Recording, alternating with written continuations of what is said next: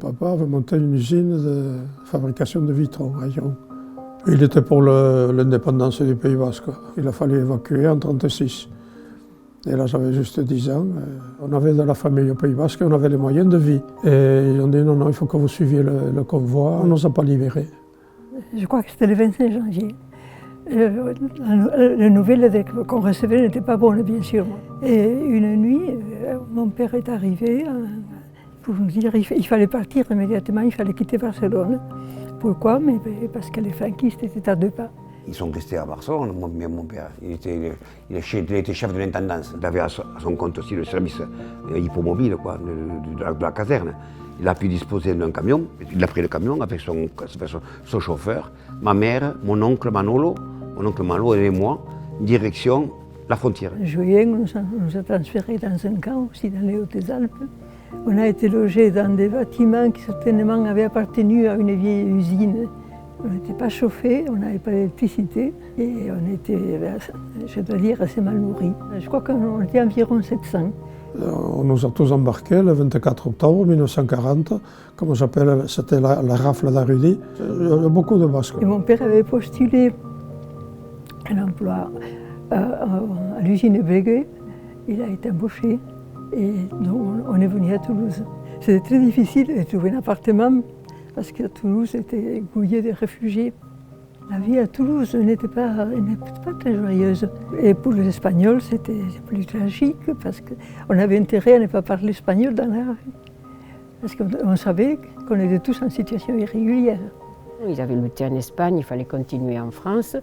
La guerre ne devait pas s'arrêter aux Pyrénées. Il fallait donc que la démocratie s'installe en Espagne. Il fallait donc aller lutter contre Franco. Donc c'est pour ça qu'ils repassent dans les maquis espagnols.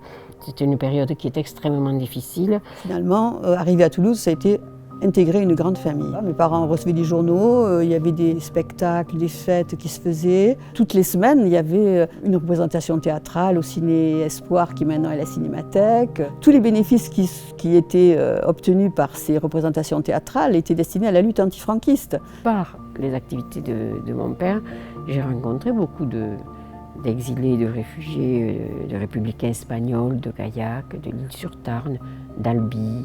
J'avais comme l'impression qu'il fallait que ça se rattache à Toulouse quand même. C'est ici que les choses se passaient. Le Ciné Espoir, c'était pratiquement le centre de toute manifestation, aussi bien socialiste que sénétiste, mais pas communiste. Mon père prenait des photos et moi j'étais avec lui. Il était admis par tout le monde. On savait que c'était le photographe, c'est le photographe de l'exil républicain.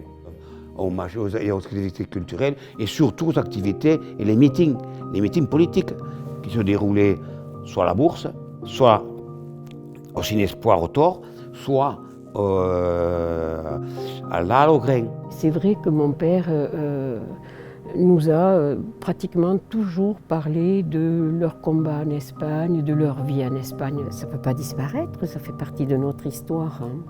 Il faut prendre le relais maintenant. En 2008, on a décidé entre plusieurs enfants de réfugiés de créer une association mémorielle et donc où nous essayons de préserver cette mémoire de l'exil. En majorité, je crois, enfin peut-être c'est une illusion, mais les réfugiés espagnols, on est bien acceptés. On a notre région Midi-Pyrénées, la ville de Toulouse, c'est pour nous une fierté.